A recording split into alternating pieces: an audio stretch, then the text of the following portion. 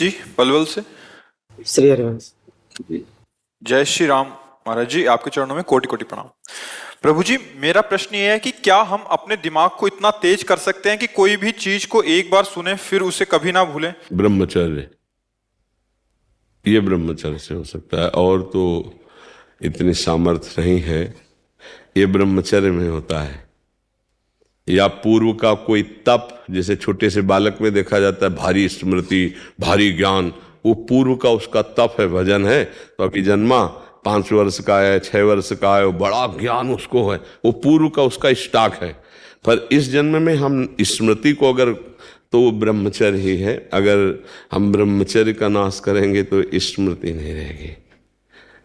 एक सीधा उत्तर है, आपका खान पान ठीक हो, आपका ब्रह्मचर्य ठीक हो, सात्विक भाव हो, तो स्मृति जागृत हो जाएगी। लेकिन गुरुदेव महाराज, मैं तो मतलब शादीशुदा हूँ गुरुदेव मेरी।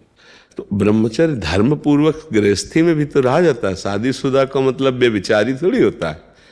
देखो, जो शास्त्रीय पद्धति है तो संतानोत्पत्ति के लिए आदेश है, उसको नियम पूर्वक अगर निर्वाह किया जाए तो एक पत्नी व्रत रखने वाला, धर्म से चलने वाला, और वैसे शास्त्रीय पद्धति प्रत्येक मासिक धर्म के बाद जो 10 दिन के बाद लगो संतानोत्पत्ति के निमित्त समस्त देवताओं और भगवान को नमस्कार करके वो गृहस्थ ब्रह्मचारी में, तो उसमें स्मृति की, देखो स्मृति का नाश एक काम ही कर देता है।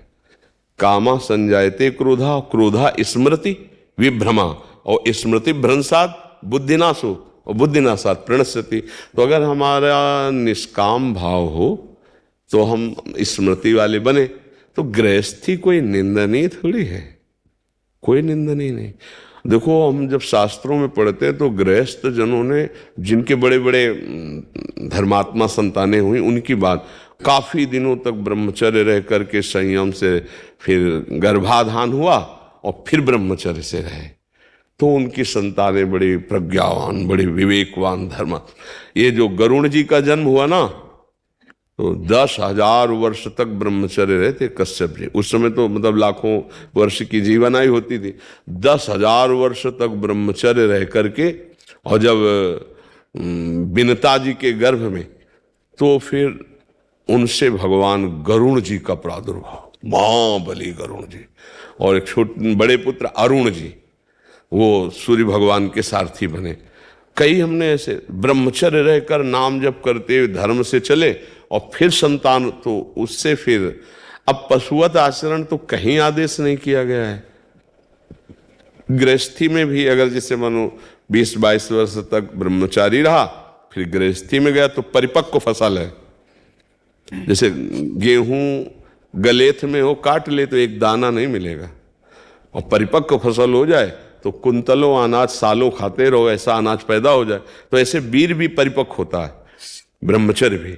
जैसे 20 से 25 वर्ष तक बिल्कुल ब्रह्मचर्य रहे बाल्यावस्था से, फिर गृहस्थ में जाए तो परिपक्व फसल है, संतानोत्पत्ति, फिर संयम से जीवन, तो वो महात्मा ही है, वो ब्रह्मचारी भी है। एक पत्नी व्रत धर्म पूर्वक चलने वाला, वो बेविचारी नहीं कहा जाता। वो गृहस्थ कोई निंदनीय नहीं, वो बंदनीय है। अब हम लोग पैदा कहाँ हुए? गृहस्थों से ही तो ये ना।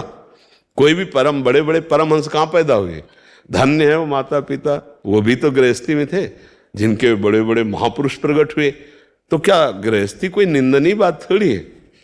अगर बच्चा संयम से चले तो। अब संयम को नष्ट कर दे तो फिर चाहे गृहस्थी में ना जाए तो भी नष्ट हो जाएगा। बहुत प्रकार है, तो हमें लगता है अगर संयम से चला जाए तो गृहस्थ धर्म में बंधनी। पर स्मृति जो है वो ब्रह्मचर्य से, मतलब वीर शक्ति ही स्मरण को बहुत जोर की पवित्र रखती है, बहुत स्मृति जागृत